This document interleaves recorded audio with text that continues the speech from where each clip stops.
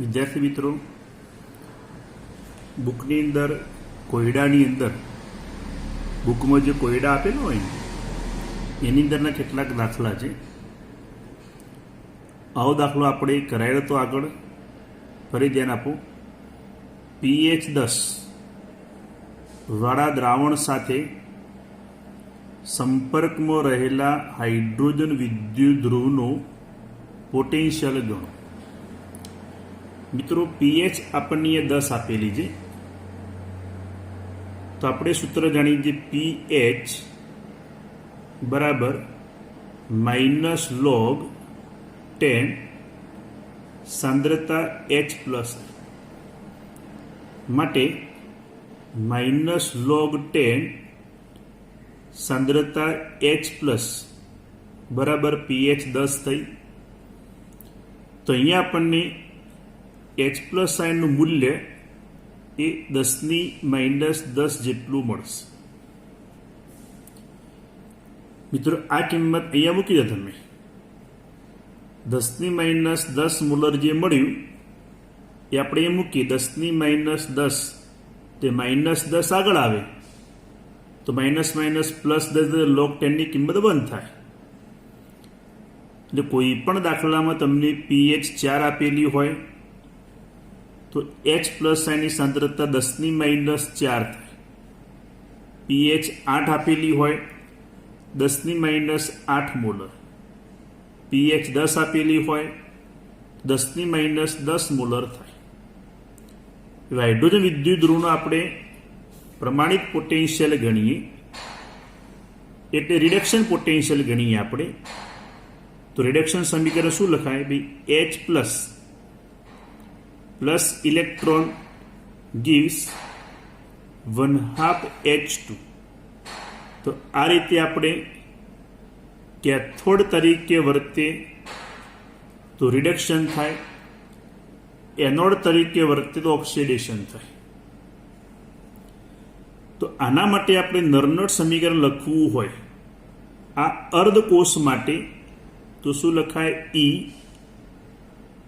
H plus oblique 1/2 H2 બરાબર E0 H plus oblique 1/2 H2 minus 0.059 છેદની અંદર n log 1 સાંદ્રતા H plus sign થાય.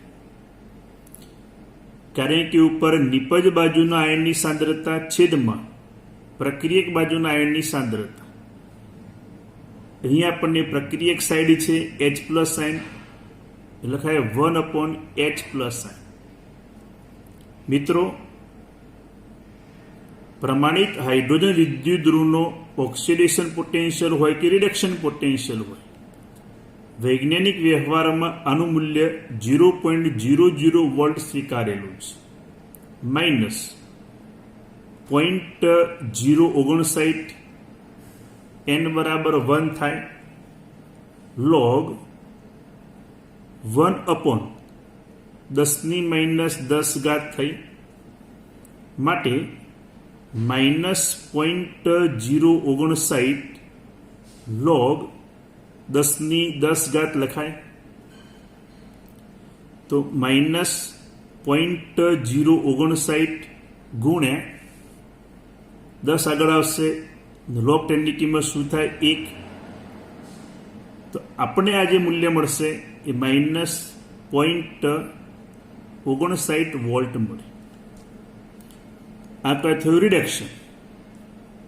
ધારો કે ઓક્સિડેશન માગીએ તો E 1/2 H2 oblique H plus બરાબર માઇનસ નું શું થાય? પ્લસ 0.59 વોલ્ટ મળે. તો આ રીતે મિત્રો દાખલો ગણી શકાય. પછી pH 10 હોય, pH 11 હોય કે pH 8 હોય. ધારો કે તમને કોઈ pOH આપે તો pOH ને સમરૂપાંતર કરી દેવાનું pH માં. કેવી રીતના? તો pH પ્લસ POH બરાબર કેટલા થાય? 14. એટલે તમને કદાચ કોઈ દાખલાની અંદર અહીંયા પીએચ ને બદલે પીઓએચ આપે, તમારે સમારૂપાંતર કરવાનું પીએચમાં, અને પીએચ જે મળે એના ઉપરથી H+ આયનની સાંદ્રતા મળે, તો આ રીતે રિડક્શન પોટેન્શિયલ શોધી શકાય. આ જ પ્રમાણે રિડક્શન પોટેન્શિયલ શોધ્યા પછી એનું ઓક્સિડેશનમાં રૂપાંતર કરી શકાય. તો બીજા દાખલા કેટલાક હોમવર્કમાં તમારે કરવાના છે કે નીચેની પ્રક્રિયા થતી હોય તેવા કોષનો EMF એટલે આપણે કોષ પોટેન્શિયલ ગણવાનું. તમને આ પ્રક્રિયા આપેલી છે, એ પ્રક્રિયાનો E0 સેલ પણ આપેલો છે. તો એના પરથી મિત્રો તમારે કોષ પોટેન્શિયલ જાતે ગણવાનું. એ જ પ્રમાણે 2 × Fe+3 + 2I- gives 2 × Fe+2 + I2. આ પ્રક્રિયાનો 298 કેલ્વિન તાપમાને તેનો E0 સેલ 0.236 વોલ્ટ આપેલો છે. તો કોષ પ્રક્રિયાની પ્રમાણિત ગિબ્સ ઉર્જા એ શું કહેવાય? ΔG0. હવે કેટલાક દાખલા આપણે આગળ ચલાવેલા છે. અને સંતુલન અચળાંક ગણો.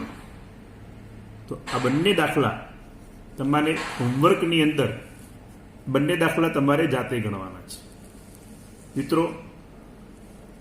તો આપણે જે નર્નટ સમીકરણો પર આધારિત જુદા જુદા દાખલા પરીક્ષામાં પૂછાયેલા હોય તેવા, અલગ અલગ બહારની પરીક્ષામાં પૂછાયેલા હોય તેવા દાખલા કરાયેલા છે. વારંવાર પ્રેક્ટિસ કરવાની. હવે આપણે એક નવી થિયરીની શરૂઆત કરીએ. વચ્ચે કેટલીક થિયરી બાકી છે જે ફિઝિક્સ ઉપર આધારિત છે, એ આપણે પછી સમજાવીશું. પણ હવે જે થિયરી ચાલુ થાય એના ઉપરથી પરીક્ષામાં ઘણા બધા દાખલા પરીક્ષામાં પૂછાઈ શકશે. ધ્યાન આપજો. વિદ્યુત વિભાજન અને વિદ્યુત વિભાજન કોષ એટલે શું? મિત્રો, આગળ આપણે વિદ્યુત રાસાયણિક કોષ સમજાવે તો જેમાં શું હતું? રાસાયણિક શક્તિનું વિદ્યુત શક્તિમાં રૂપાંતર થતું. અહીંયા વિદ્યુત વિભાજન કોષ છે. તો વ્યાખ્યા થાય વિદ્યુત ઉર્જાનું રાસાયણિક ઉર્જામાં રૂપાંતર કરી શકે તેવા કોષને વિદ્યુત વિભાજન કોષ કહે છે. તમારે આગલા ધોરણમાં એક કોષ આવતો કોપર સલ્ફેટનું વિદ્યુત વિભાજન, તો સમજાવું પછી તમને. એટલે પહેલી વિદ્યુત વિભાજન કોષ કોને કહેવાય? તો વિદ્યુત ઉર્જાનું રાસાયણિક ઉર્જામાં રૂપાંતર કરી શકે તેવા કોષને વિદ્યુત વિભાજન કોષ કહે છે. વિદ્યુત વિભાજન કોને કહેવાય? તો મિત્રો, વિદ્યુત વિભાજનનું જલીય દ્રાવણ અથવા પીગાળેલું વિદ્યુત વિભાજ્ય. જલીય દ્રાવણ એટલે પાણીમાં ઓગાળ્યું હોય તે, દ્રાવણ પીગાળેલું એટલે એ પદાર્થને આપણે તેના ગલનબિંદુ કરતાં ઊંચા તાપમાને ગરમ કરીએ તો ઘનનું પ્રવાહીમાં રૂપાંતર થાય, એ દ્રાવણ કહેવાય પીગાળેલું. વિદ્યુત વિભાજ્યનું જલીય દ્રાવણ અથવા પીગાળેલું વિદ્યુત વિભાજ્ય કોષમાં લઈ તેમાં યોગ્ય વિદ્યુત ધ્રુવ ડુબાડી વિદ્યુત પ્રવાહ પસાર કરતા વિદ્યુત ધ્રુવ ઉપર ઓક્સિડેશન અને રિડક્શન પ્રક્રિયાઓ થઈ નિપજો પ્રાપ્ત થાય છે. આ પ્રકારની રેડોક્સ પ્રક્રિયાના પરિણામને વિદ્યુત વિભાજન તરીકે ઓળખવામાં આવે છે. મિત્રો, આવા ઘણા બધા કોષ આપણે હવેની થિયરીમાં આવશે.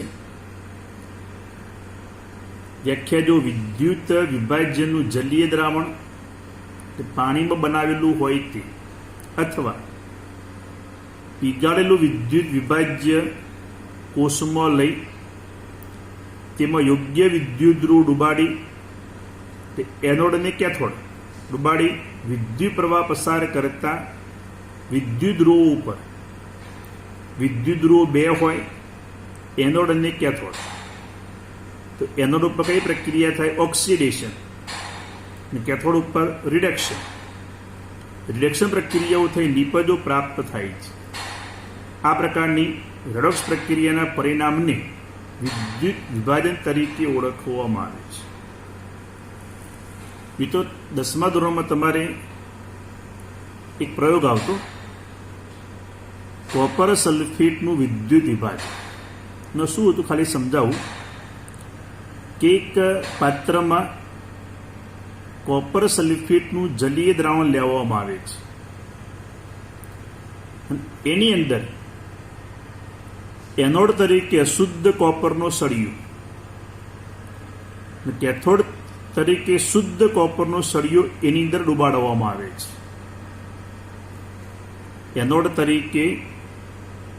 એનોડ તરીકે અશુદ્ધ કોપરનો સળિયો અને કેથોડ તરીકે શુદ્ધ કોપરનો સળિયો એ કોપર સલ્ફેટના જલીય દ્રાવણમાં ડુબાડવામાં આવે છે. અને બંને વિદ્યુત ધ્રુવોને એક ડીસી પ્રવાહ ડાયરેક્ટ કરંટ એટલે બેટરી સાથે જોડવામાં આવે છે. એનોડ ઉપર વિદ્યુત પ્રવાહ પસાર થાય, કેથોડ ઉપર વિદ્યુત પ્રવાહ પસાર થાય. એનોડ ઉપર પસાર થાય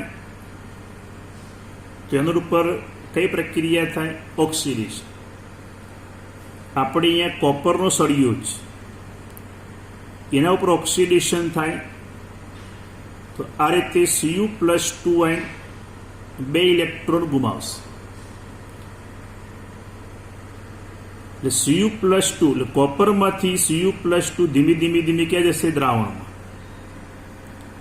માટે એનોડના વજનમાં શું થાય? ઘટાડો.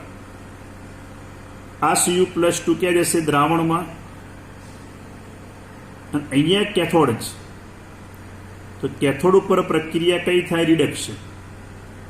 તો દ્રાવણમાં જે Cu+2 જે હતા, આ Cu+2 એ બે ઇલેક્ટ્રોન સ્વીકારી એ કેથોડ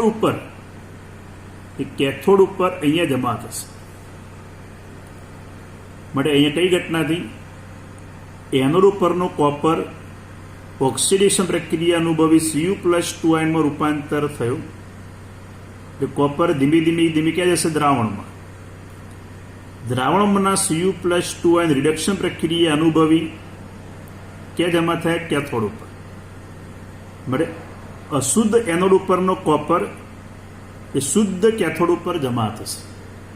આ રીતે કોપરનું એક શુદ્ધિકરણ કરી શકાય. જોને કરવી આપણે સરવાળો, તો આ કોપર ક્યાં? તો એનોડ ઉપર. એનોડ ઉપર કેવા સ્વરૂપે? અશુદ્ધ સ્વરૂપે હતો. Cu+2 દૂર થઈ ગયા, બે ઇલેક્ટ્રોન દૂર થઈ ગયા.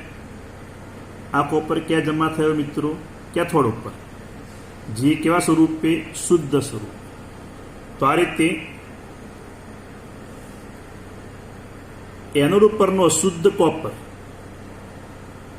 એ શુદ્ધ સ્વરૂપે કઈ જગ્યાએ જમા થાય? કેથોડ ઉપર. તો આ પ્રક્રિયા જે રહી એને એક વિદ્યુત વિભાજન તરીકે ઓળખવામાં આવે. આ પ્રમાણે સોડિયમ હોય, મેગ્નેશિયમ હોય, એલ્યુમિનિયમ ધાતુના પીગલિત ક્ષારના દ્રાવણમાંથી વિદ્યુત પ્રવાહ પસાર કરતા એનું નિષ્કર્ષણ કરી શકાય અથવા મેળવી શકાય. આ બધી ઘટનાઓ આપણે પાછળની થિયરીની અંદર આવશે. તો આ રીતે વિદ્યુત વિભાજન કે વિદ્યુત વિભાજનનું જલીય દ્રાવણ અથવા પીગાળેલ દ્રાવણ કોષમાં લઈ તેમાં યોગ્ય વિદ્યુત ધ્રુવ ડૂબાડી એના ઉપર વિદ્યુત પ્રવાહ પસાર કરતા આ વિદ્યુત ધ્રુવ ઉપર ઓક્સિડેશન રિડક્શન પ્રક્રિયા થઈ આપણને નિપજો પ્રાપ્ત થાય છે. અહીંયા અશુદ્ધ કોપર આપણને શુદ્ધ સ્વરૂપે મેળવી શકાયું. તો આજે ઘટના જરી એને એક વિદ્યુત વિભાજન તરીકે ઓળખવામાં આવે. ક્લિયર મિત્રો?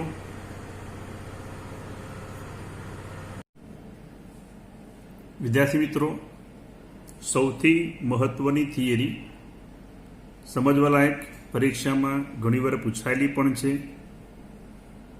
ફેરાડેના વિદ્યુત વિભાજનના નિયમ. તો 1833 અને 34 અંદર માઇકલ ફેરાડે નામના વૈજ્ઞાનિકે વિદ્યુત વિભાજનથી, ધારો કે દ્રાવણની અંદર આપણે એનોડ કેથોડ ઉબાડેલા છે,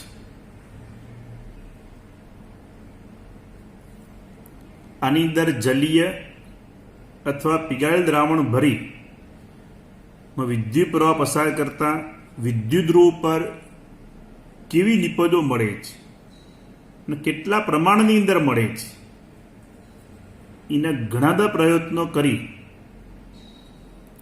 1833 અને 34 ફેરાડે 2 નિયમો આપ્યા. વિદ્યુત વિભાજ્યના દ્રાવણો અને વિદ્યુત વિભાજ્યના પિગલિતના સઘન સંશોધન બાદ, એટલે ઊંડાણપૂર્વક અભ્યાસ કર્યા બાદ 1833 અને 34 ફેરાડે 2 નિયમો આપ્યા. સમજવામાં ખાસ ધ્યાન આપજો. પહેલો નિયમ, પ્રવાહને કારણે, વિદ્યુત પ્રવાહને કારણે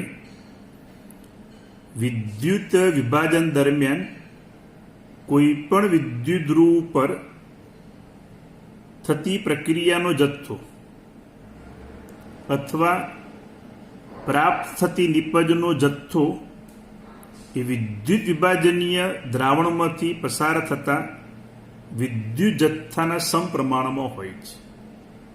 એટલે કે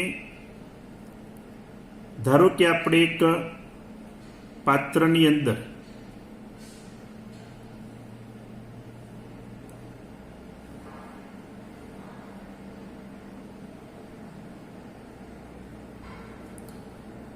કોઈ દ્રાવણ ભરેલું છે, ધારો કે આપણે કોઈ પણ પિગલિત NaCl લઈએ તો કેથોડ ઉપર આપણને સોડિયમ ધાતુ મળશે. તો સોડિયમ ધાતુ કેટલા પ્રમાણમાં મળે? તો પહેલા નિયમ પ્રમાણે આપણે જેટલો વિદ્યુત જથ્થો વધારે વિદ્યુત જથ્થો પસાર કરીએ તો આપણને સોડિયમ ધાતુ વધુ પ્રમાણમાં મળે. માટે W ચલે છે Q. Q મતલબ થાય વિદ્યુત જથ્થો, W મતલબ થાય આપણને જે નિપજનો જથ્થો મળે તે. નિપજનો જથ્થો એ કોષમાંથી પસાર કરેલા વિદ્યુત જથ્થાના સમપ્રમાણમાં હોય છે. તો મિત્રો, પહેલો નિયમ છે પ્રવાહને કારણે, પ્રવાહ એટલે વિદ્યુત પ્રવાહ ને કારણે વિદ્યુત વિભાજન દરમિયાન કોઈ પણ વિદ્યુત ધ્રુવ પર થતી પ્રક્રિયાનો જથ્થો અથવા પ્રાપ્ત થતી નિપજનો જથ્થો એ વિદ્યુત વિભાજનીય દ્રાવણમાંથી પસાર થતા વિદ્યુત જથ્થાના સમપ્રમાણમાં હોય છે. જેટલો વિદ્યુત જથ્થો આપણે વધારે પસાર કરીએ એટલી નિપજ હંમેશા વધુ મળે. આ થયો પ્રથમ નિયમ, W ચલે છે Q. બીજો નિયમ ધ્યાન આપો. આ નિયમ ખાસ સમજજો. જુદા જુદા વિદ્યુત વિભાજ્ય ધરાવતા વિદ્યુત વિભાજન કોષમાંથી એક સમાન વિદ્યુત જથ્થો પસાર કરતા વિવિધ વિદ્યુત ધ્રુવો ઉપર પ્રાપ્ત થતી નિપજનો જથ્થો તેમના રાસાયણિક તુલ્યભારના સમપ્રમાણમાં હોય છે. મિત્રો, ધાતુનું રાસાયણિક તુલ્યાંક કેવી રીતના મળે? ધાતુનું રાસાયણિક તુલ્યાંક બરાબર ધાતુનું પરમાણવીય દળ છેદમાં ધન આયનનું રિડક્શન કરવા માટે જરૂરી ઇલેક્ટ્રોનની સંખ્યા. મતલબ આપણે કોઈ પણ ધન આયનનો વીજભાર મૂકવાનો. ધારો કે આપણે મેગ્નેશિયમનો તુલ્ય ભાર શોધવો છે, તો મેગ્નેશિયમનો તુલ્ય ભાર બરાબર શું થાય? મેગ્નેશિયમનો પરમાણુ ભાર 24, અને આપણે જ્યારે મેગ્નેશિયમની સંયોજકતા કેટલી હોય? 2, તો તુલ્ય ભાર કેટલો થયો? 12. ધારો કે મારે એલ્યુમિનિયમનો તુલ્ય ભાર શોધવો છે, તો Al નો તુલ્ય ભાર, તો Al નો પરમાણુ ભાર થાય 27, Al ની સંયોજકતા. તો મિત્રો, જેમ કે અહીંયા મેગ્નેશિયમનું કોઈ પણ દ્રાવણ હોય, જલીય હોય કે પીગાળેલું હોય, એ દ્રાવણમાં તેની સંયોજકતા હંમેશા +2 હોય. માટે આપણે અહીંયા 2 લીધેલા છે. એ રીતે એલ્યુમિનિયમના કોઈ પણ દ્રાવણમાં, દ્રાવણ પીગાળેલું હોય કે જલીય હોય, એની સંયોજકતા જે રે એ હંમેશા Al+3 સ્વરૂપે હોય. માટે આપણે અહીંયા મૂકીએ 3, તો કેટલો મળશે આપણને? 9.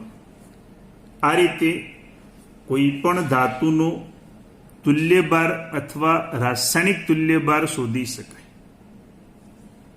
હવે ધ્યાન આપજો. જુદા જુદા વિદ્યુત વિભાજ્ય ધરાવતા વિદ્યુત વિભાજન કોષમાંથી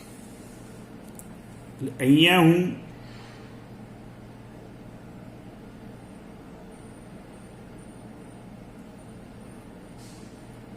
ત્રણ કોષ દર્શાવું છું મિત્રો.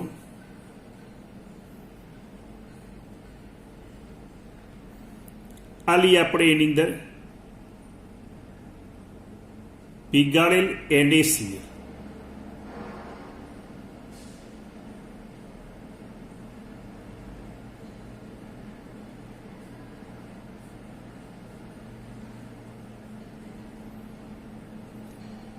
બીજામાં લઈએ પીગાળેલ MgCl,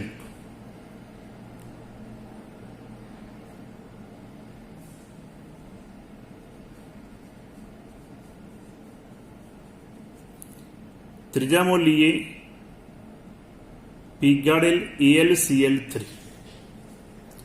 એની અંદર આપણે વિદ્યુત ડુબાડી દઈએ. Anode cathode, anode cathode, anode અને કેથોડ.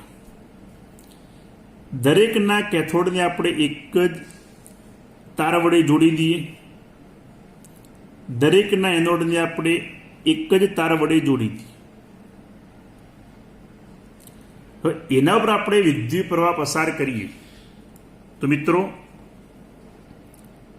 અહીંયા કેથોડ ઉપર જેટલો પ્રવાહ પસાર થાય એટલો જ વિદ્યુત પ્રવાહ અહીંયા પસાર થાય, એટલો વિદ્યુત પ્રવાહ અહીંયા પસાર થાય. અહીંયા એનોડ ઉપર જેટલો વિદ્યુત પ્રવાહ પસાર થાય એટલો જ અહીંયા થાય, એટલો જ અહીંયા થાય. માટે આપણી વ્યાખ્યામાં શું લખ્યું? એક સમાન વિદ્યુત જથ્થો પસાર કરતા.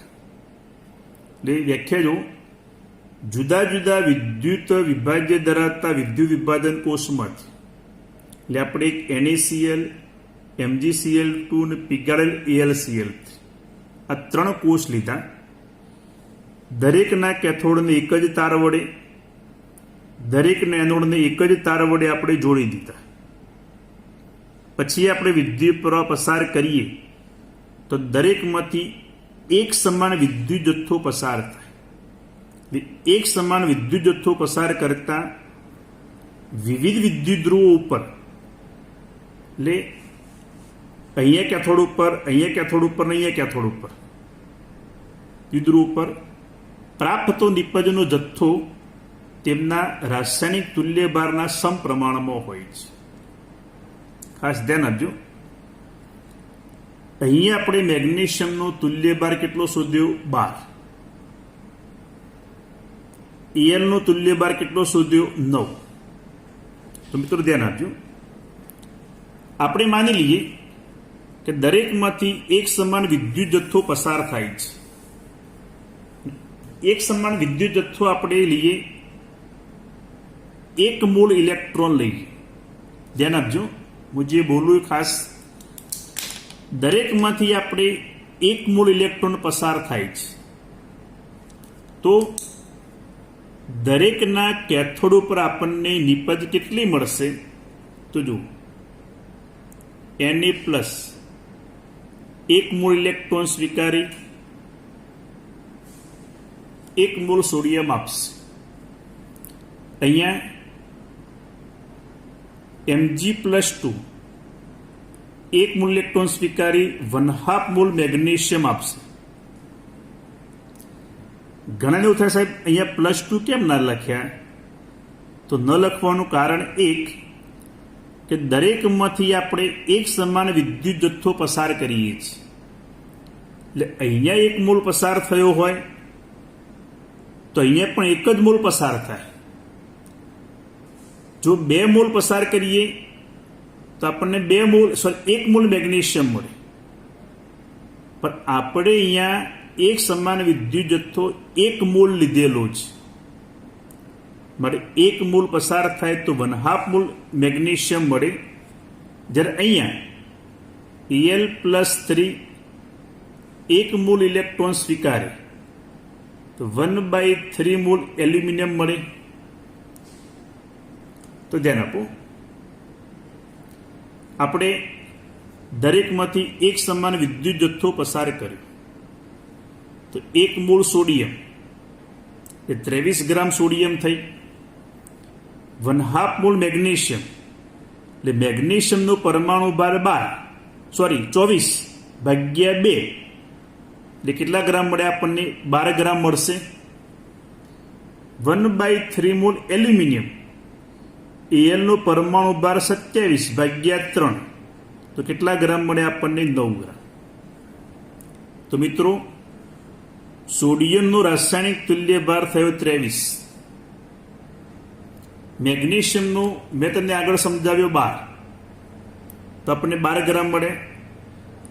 Alનું વજન આપણને 9 ગ્રામ મળે. તો આપણે દરેકમાંથી એક સમાન વિદ્યુત જથ્થો પસાર કરતા અહીંયા કેથોડ ઉપર સોડિયમનું વજન કેટલું મળ્યું? તો તેના રાસાયણિક તુલ્ય ભાર જેટલું મળ્યું. અહીંયા કેથોડ ઉપર મેગ્નેશિયમનું વજન કેટલું મળ્યું? તો તેના રાસાયણિક તુલ્ય ભાર જેટલું મળ્યું. અહીંયા 1 મોલ પસાર કરતા Alનું વજન કેટલું મળ્યું? તો તેના તુલ્ય ભાર જેટલું વજન મળ્યું. આપણે મેગ્નેશિયમનો તુલ્ય ભાર 12 શોધી કાઢ્યો, Alનો તુલ્ય ભાર 9, આ જ પ્રમાણે સોડિયમનો તુલ્ય ભાર થાય 23. માટે દરેકમાંથી એક સમાન વિદ્યુત જથ્થો આપણે પસાર કર્યો તો સોડિયમનું વજન તેના તુલ્ય ભાર જેટલું મળ્યું, મેગ્નેશિયમનું વજન તેના તુલ્ય ભાર જેટલું મળ્યું, Alનું વજન એલ્યુમિનિયમનું વજન પણ તેના તુલ્ય ભાર જેટલું મળ્યું. તો આના ઉપરથી બીજો નિયમ, જુદા જુદા વિદ્યુત વિભાજ્ય ધરાવતા વિદ્યુત વિભાજન કોષમાંથી એક સમાન વિદ્યુત જથ્થો પસાર કરતા વિવિધ વિદ્યુત ધ્રુવો ઉપર પ્રાપ્ત થતી નિપજનો જથ્થો તેમના રાસાયણિક તુલ્ય ભારના સમપ્રમાણમાં હોય છે. રાસાયણિક તુલ્ય ભાર કેવી રીતના શોધી શકાય? ધાતુનું પરમાણવીય દળ છેદમાં ધન આયનનું રિડક્શન કરવા માટે જરૂરી ઇલેક્ટ્રોનની સંખ્યા, અથવા ટૂંકમાં લખવું હોય તો સંયોજકતા. આખું લખવું ના હોય તો લખવાનું સંયોજકતા, એટલે પરમાણવીય દળ ભાગ્યા સંયોજકતા. તો મેગ્નેશિયમનો તુલ્ય ભાર, તો મેગ્નેશિયમનું પરમાણુ દળ 24, સંયોજકતા 2. કારણ કે મેગ્નેશિયમના કોઈ પણ દ્રાવણ પીગાળેલું હોય કે જલીય હોય એની સંયોજકતા હંમેશા +2 જ હોય. 24/2 તો આપણને તુલ્ય ભાર 12 મળે. Alનો તુલ્ય ભાર તો પરમાણુ ભાર 27, તેના કોઈ પણ દ્રાવણમાં સંયોજકતા +3 હોય, માટે આપણે તુલ્ય ભાર મળે 9. એ રીતે સોડિયમનો શોધી શકાય. તો આ નિયમ સમજાવવા માટે તમને મેં ઉદાહરણ સમજાવ્યું હતું કે જુદા જુદા વિદ્યુત વિભાજ્ય ધરાવતા વિદ્યુત વિભાજન કોષોમાંથી એક સમાન વિદ્યુત જથ્થો પસાર આપણે કરીએ તો વિવિધ વિદ્યુત ધ્રુવો પર જે નિપજો પ્રાપ્ત થાય એ તેના તુલ્ય ભારના સમપ્રમાણમાં હોય છે, અથવા તુલ્ય ભાર જેટલું આપણને એ વજન મળશે. જે મેં તમને આખી ઘટના સમજાવી. અહીંયા સોડિયમનું જે વજન મળે એ તેના તુલ્ય ભાર જેટલું થયું, મેગ્નેશિયમનું જે વજન મળે તેના તુલ્ય ભાર જેટલું થયું, એલનું જે વજન મળે એ પણ તેના તુલ્ય ભાર જેટલું થયું. તો આ રીતે ફેરાડે પહેલો અને બીજો નિયમ દર્શાવેલો હતો. વિદ્યાર્થી મિત્રો, પ્રશ્ન કદાચ આગળ પૂછાય, ફેરાડેના નિયમની મદદથી વિદ્યુત વિભાજનની માત્રાત્મક માહિતી મેળવવા માટેની રીત સમજાવો. અથવા ફેરાડેના વિદ્યુત વિભાજનના નિયમો સમજાવો. તો આગળ બે નિયમ મેં સમજાવ્યા, એના પછી પણ આગળની ગણતરી આ સમજાવવાની ચાલુ રાખવાની છે. ધ્યાન આપજો. ફેરાડેના સમય દરમિયાન અચળ પ્રવાહના સ્ત્રોત પ્રાપ્ય હતા નહીં. અચળ પ્રવાહ એ જ ઇલેક્ટ્રોન પ્રવાહ. કારણ ફેરાડે જ્યારે નિયમો આપ્યા એ સમય ઇલેક્ટ્રોનની શોધ નહોતી થઈ. એટલા માટે અચળ પ્રવાહના સ્ત્રોત પ્રાપ્ય હતા નહીં. સામાન્ય રીત એ હતી કે કુલોમીટર એક સાધનનું નામ છે. પ્રમાણિત વિદ્યુત વિભાજનીય કોષ એ સમય મૂકવામાં આવતું હતું. જે ધાતુના નિક્ષેપિત એટલે ઉત્પન્ન થાય તે અથવા વપરાયેલા જથ્થામાંથી પસાર થતા વિદ્યુત પ્રવાહના જથ્થા ઉપરથી ગણી શકાતું. આ જૂની મેથડ હતી. ક્યારે કે જ્યારે ઇલેક્ટ્રોનની શોધ નહોતી થઈ ત્યારે. કારણ કે ફેરાડે જ્યારે નિયમો આપ્યા એ 1833 અને 34માં હતા. ઇલેક્ટ્રોનની શોધ 20મી સદીની શરૂઆતમાં થઈ હતી, અથવા સ્ટાર્ટિંગમાં. માટે એ સમયે અચળ પ્રવાહના સ્ત્રોત પ્રાપ્ય હતા નહીં. સામાન્ય રીત એ હતી કે કિલોમીટર પ્રમાણિત વિદ્યુત વિભાજનીય કોષ એમાં મૂકવામાં આવતું. એમાં શું થાય, જેમ કે આપણે પ્રમાણિત હાઇડ્રોજન અર્ધકોષનો ઉપયોગ કરી બીજા વિદ્યુત ધ્રુવના પોટેન્શિયલ આપણે શોધી શકીએ અથવા માપી શકીએ. એ રીતે કિલોમીટર એક સાધન છે કે તમે જે વિદ્યુત વિભાજન કોષમાં એનોડ કેથોડ ડૂબાડેલા હોય એમાં જે ધાતુ નિક્ષેપિત અથવા જે પ્રાપ્ત થાય અથવા વપરાયેલા જથ્થો જે રહ્યો એ જથ્થામાંથી પસાર થતા વિદ્યુત પ્રવાહના જથ્થા ઉપરથી ગણી શકાતું એક સાધન છે. પણ ધીમે ધીમે 20મી સદીની શરૂઆતમાં એક ઇલેક્ટ્રોનની શોધ થઈ. ઇલેક્ટ્રોનની શોધ થયા પછી અચળ પ્રવાહ પ્રાપ્ત થયો, જેને આપણે એમ્પિયર તરીકે દર્શાવતા. પછી આધુનિક રીત આવી. એ રીત ઉપરથી આપણી પાસે અચળ પ્રવાહ, જેને આપણે એમ્પિયર તરીકે દર્શાવીએ, એ અચળ પ્રવાહના સ્ત્રોત પ્રાપ્ય થયા. ઇલેક્ટ્રોનની શોધ થયા પછી અને પસાર થયેલો વિદ્યુત જથ્થો કુલમમાં આપણે ક્યુ તરીકે દર્શાવીએ.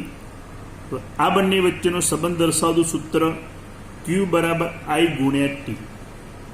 એટલે આપણે કોષમાં કેટલા એમ્પિયર વિદ્યુત પ્રવાહ પસાર કર્યો અને કેટલા સમય માટે પસાર કર્યો એ બંનેના ગુણાકાર ઉપરથી આપણે વિદ્યુત જથ્થો શોધી શકતા.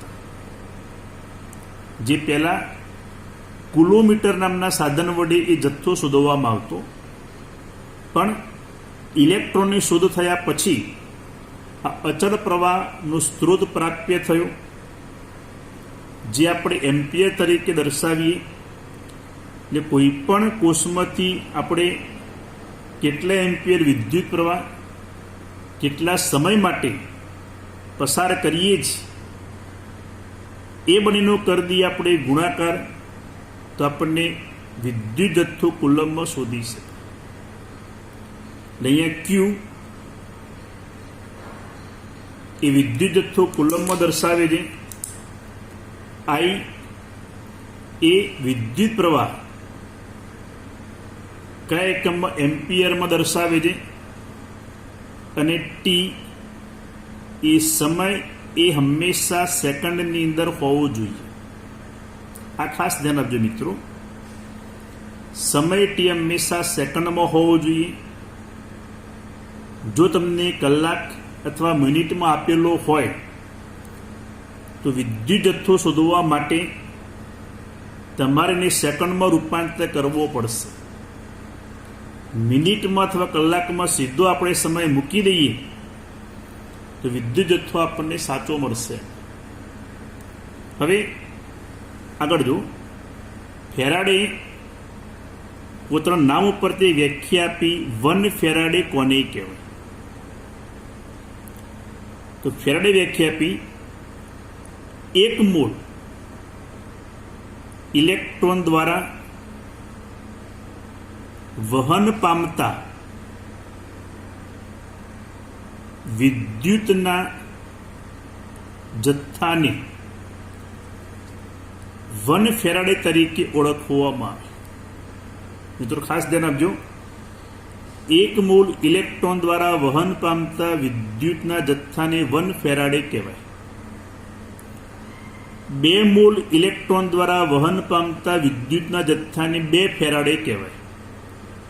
3 મોલ હોય તો 3 ફેરાડે, 4 મોલ હોય તો 4 ફેરાડે. તો 1 ફેરાડેનું કુલમની અંદર એનું મૂલ્ય કેટલું થાય? તો આપણે જાણીએ છીએ 1 ઇલેક્ટ્રોન પરનો વીજભાર કુલમમાં કેટલો થાય મિત્રો? ધોરણ 11 ની અંદર આપણે આવતું 1.6021 ગુણ્યા 10⁻⁻19 કુલમ. 1 ઇલેક્ટ્રોન ઉપરનું વીજભાર કુલમમાં 1.6021 ગુણ્યા 10⁻⁻19 કુલમ. તો 1 મોલ ઇલેક્ટ્રોન ઉપરનો વીજભાર કેટલો? તો આપણે 1 મોલ એટલે એવોગેડ્રો નંબર વડે ગુણી દઈએ, ગુણ્યા 1.6021 ગુણ્યા 10⁻⁻19 કુલમ. એન એ તો 6.022 ગુણ્યા 10⁻23 ગુણ્યા 1.6021 ગુણ્યા 10⁻⁻19 કુલમ થયા. તો આ જે મૂલ્ય આપણને મળશે 96,487 કુલમ પ્રતિ મોલ. મતલબ આપણે 1 મોલ ઇલેક્ટ્રોન દ્વારા વહન પામતો વિદ્યુત જથ્થો આપણે કુલમમાં શોધ્યો, મતલબ 1 ફેરાડે કહેવાય. તો 1 ફેરાડે બરાબર 96,487 કુલમ થાય. પણ ગણતરીમાં સરળતા રહે એટલા માટે આપણે 96,500 કુલમ સ્વીકારવામાં આવે છે. ગણતરીમાં સરળતા રહે એટલા માટે 96,500 કુલમ, જેનું એક્ઝેક્ટ મૂલ્ય થાય 96,487 કુલમ થાય. તો આપણે ઓક્સિડેશન રિડક્શન પ્રક્રિયા દ્વારા સીધો વિદ્યુત જથ્થો કુલમમાં શોધવો હોય તો જો Ag પ્લસ 1 ઇલેક્ટ્રોન સ્વીકારી 1 મોલ Agમાં રૂપાંતર થયા. તો Ag પ્લસના 1 મોલ ઇલેક્ટ્રોન સ્વીકારી 1 મોલ Agમાં રૂપાંતર થયા. તો વિદ્યુત જથ્થો 1 ફેરાડે પસાર થયો કે નહીં? 1 ફેરાડે એટલે કેટલા કહેવાય? 96,500 કુલમ થયા. ધારો કે Mg+2 2 મોલ ઇલેક્ટ્રોન સ્વીકારી મેગ્નેશિયમમાં રૂપાંતર થાય, તો Mg+2 ના 1 મોલ 2 મોલ ઇલેક્ટ્રોન સ્વીકારે માટે કેટલા ફેરાડે થયા? 2 ફેરાડે. તો 2 ગુણ્યા 96,500 કુલમ થયા કે નહીં? તો આ રીતે આપણે કોઈ પણ કોષમાં જે વિદ્યુત જથ્થો પસાર થાય એ તેના મોલ ઇલેક્ટ્રોનની સંખ્યા ઉપરથી કેટલા કુલનો વિદ્યુત જથ્થો પસાર થયો એની ગણતરી કરી શકે. તો આ રીતે ઓક્સિડેશન અથવા રિડક્શન પ્રક્રિયા માટે જરૂરી વિદ્યુત જથ્થો જે રહ્યો એ તેની તત્વ યોગમિતિ ઉપર આધાર રાખે. ઘણા તત્વ યોગમિતિ એટલે શું? તો તત્વ યોગમિતિ એટલે આપણે મોલ સંખ્યા. જો મિત્રો, આપણે 1 મોલ Ag મેળવવા જ તો 1 મોલ ઇલેક્ટ્રોનની જરૂર પડે. ધારો કે 2 મોલ મેળવવા હોય તો 2 મોલની જરૂર પડે, તો 2 ફેરાડે થાય. 3 મોલ મેળવવા હોય તો 3 ફેરાડે થાય. એ રીતે અહીંયા મેગ્નેશિયમના 1 મોલ એટલે તત્વ યુગ્મિતિ 1, તો 2 મોલ ઇલેક્ટ્રોનની જરૂર પડે 2 ફેરાડે, એટલે 2 ગુણ્યા 96,500 કુલનો વિદ્યુત જથ્થો જરૂર પડે. પણ ધારો કે આપણે મેગ્નેશિયમના 2 મોલ મેળવવા હોય તો એ કેટલા મોલની જરૂર પડે? 4 મોલની જરૂર પડે. તો કેટલા કુલનો વિદ્યુત જથ્થો પસાર થયો? તો 4 ગુણ્યા 96,500. તો આ રીતે ઓક્સિડેશન રિડક્શન પ્રક્રિયા માટે જરૂરી વિદ્યુત વિભાજ્યનો આધાર જે રહ્યો એ તેના તત્વ યોગમિતિ ઉપર આધાર રાખે. મતલબ આપણે એના કેટલા મોલ મેળવવા છે એને આધારે એમાંથી વિદ્યુત જથ્થો પસાર કરવામાં આવે. મેગ્નેશિયમના 2 મોલ મેળવવા હોય તો વિદ્યુત જથ્થો કેટલો જરૂર પડે? 4 ગુણ્યા 96,500. 1 મોલ મેળવવા હોય તો 2 ગુણ્યા 96,500ની જરૂર પડે. તો આ રીતે તેના વિદ્યુત જથ્થાની ગણતરી કરી શકે. તો મિત્રો, આ પ્રમાણે ફેરાડેના વિદ્યુત વિભાજનના નિયમો સમજાવો પ્રશ્ન 4 માર્કમાં પૂછાય તો 2 નિયમો આગળ લખ્યા તે આખી ઘટના આપણે તેમાં સમજાવવાની છે કે ફેરાડે જ્યારે નિયમો આપ્યા એ સમયે ઇલેક્ટ્રોનની શોધ નહોતી થઈ, એ સમયે અચળ પ્રવાહનો સ્ત્રોત પ્રાપ્ય હતા નહીં. એમાંથી કેટલો વિદ્યુત જથ્થો પસાર થયો સામાન્ય રીત કિલોમીટર નામના સાધન વડે માપવામાં આવતું. જે ધાતુ પ્રાપ્ત થાય અથવા જે જથ્થો વપરાય એના ઉપરથી વિદ્યુત પ્રવાહના જથ્થાની ગણતરી કરી શકાય. પણ ધીમે ધીમે ઇલેક્ટ્રોનની શોધ થયા પછી એ રીત લુપ્ત થઈ, અચળ પ્રવાહના સ્ત્રોત પ્રાપ્ય થયા અને પસાર થયેલો વિદ્યુત જથ્થો Q આ સમીકરણ વડે હવે શોધી શકાય છે. તો Q બરાબર I ગુણ્યા T. વિદ્યુત અચળ પ્રવાહ એમ્પિયરમાં અને સમય T હંમેશા શાની અંદર હોવો જોઈએ? સેકન્ડમાં. તો આ રીતે Q કુલમમાં, I એમ્પિયરમાં અને સમય T કયા એકમમાં હોવો જોઈએ? મિત્રો ખાસ યાદ રાખજો, એ સેકન્ડની અંદર જ હોવો જોઈએ. મિનિટ અથવા કલાકમાં આપેલો હોય તો સેકન્ડમાં રૂપાંતર કરવાના આપણે. 1 ફેરાડે કોને કહેવાય? તો ફેરાડે નિયમની પોતાના નામ પરથી વ્યાખ્યા આપી કે 1 મોલ ઇલેક્ટ્રોન દ્વારા વહન પામતા વિદ્યુતના જથ્થાને 1 ફેરાડે કહેવાય. એનું મૂલ્ય કુલમમાં કેટલું થાય મેં તમને ગણતરી સમજાવી. 96,487 કુલમ એક્ઝેક્ટ મૂલ્ય.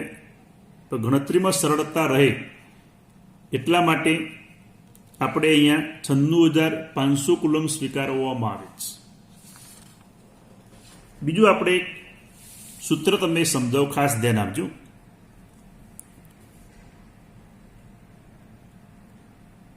ફેરાડેના નિયમ મુજબ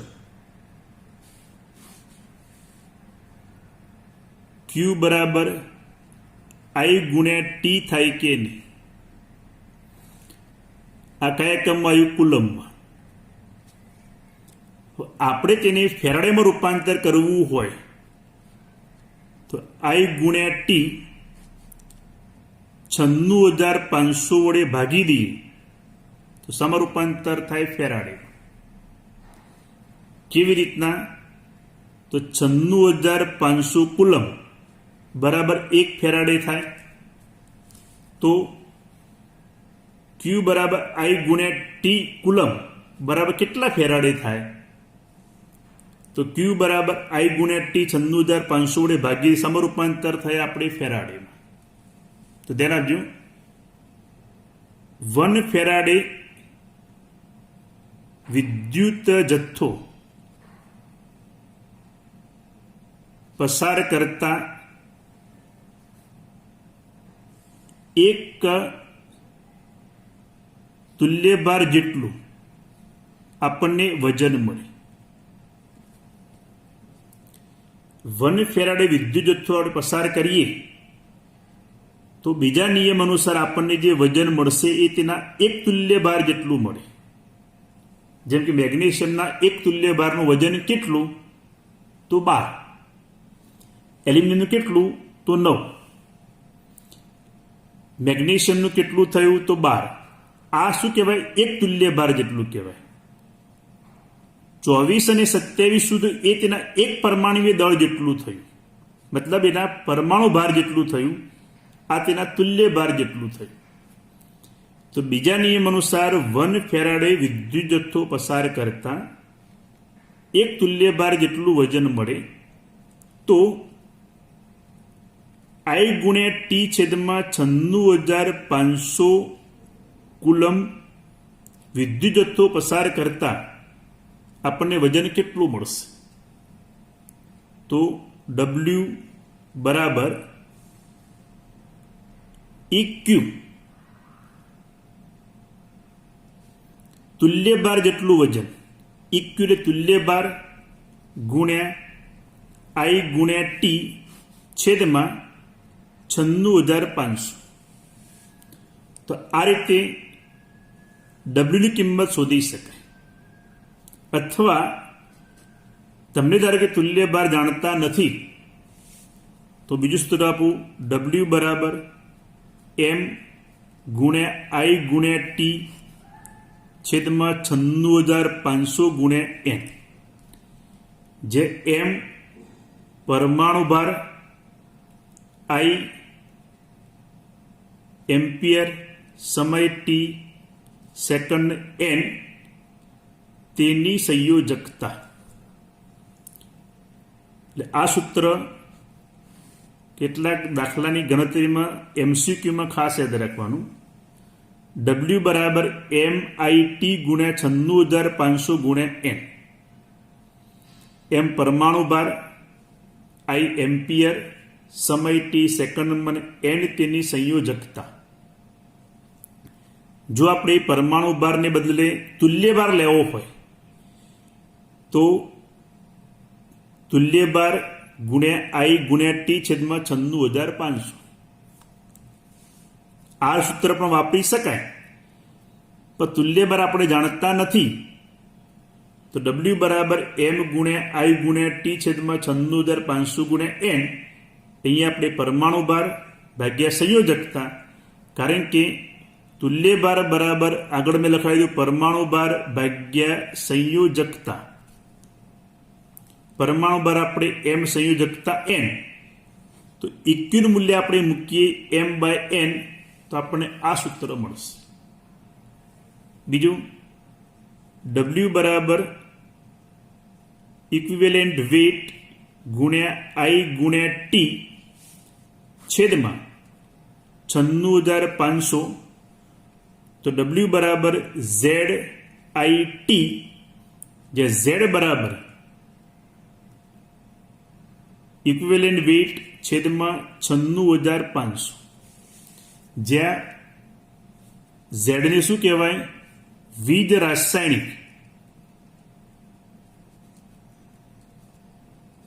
રાસાયણિક તુલ્યાંક તરીકે ઓળખવામાં આવે. તો મિત્રો આ રીતે આ કોઈ થિયરી નથી, ખાલી દાખલા ગણવા માટે એમસીક્યુમાંની જરૂર પડશે. આટલા સૂત્રો યાદ રાખવાના. એક, ડબલ્યુ બરાબર તુલ્યભાર ગુણ્યા આઈ ગુણ્યા ટી છેદમાં 96,500. તુલ્યભાર બરાબર પરમાણુ ભાર ભાગ્યા સંયોજકતા આપણે મૂકી દઈએ તો ડબલ્યુ બરાબર એમ ગુણ્યા આઈ ગુણ્યા ટી છેદમાં 96,500 ગુણ્યા એન. આના ઉપરથી આપણે ડબલ્યુ બરાબર તુલ્યભાર ગુણ્યા આઈ ગુણ્યા ટી છેદમાં 96,500. ડબલ્યુ બરાબર ઝેડ આઈ ટી, ઝેડ બરાબર તુલ્યભાર છેદમાં 96,500. જ્યાં ઝેડને શું કહેવાય ખાસ યાદ રાખજો, વીજ રાશિની તુલ્યાંક કહેવાય. હવે આપણે આમ લખાય W1 છેદમાં W2 તુલ્યભાર 1 તુલ્યભાર 2 લખાય કે નહીં. તો આપણને એક સૂત્ર એમસીક્યુમાં યાદ રાખજો. આ સૂત્ર યાદ રાખવાનું. આ 3 અને 1 4 આટલા સૂત્રો આપણે એમસીક્યુની અંદર ખાસ કામ લાગશે. ઓકે.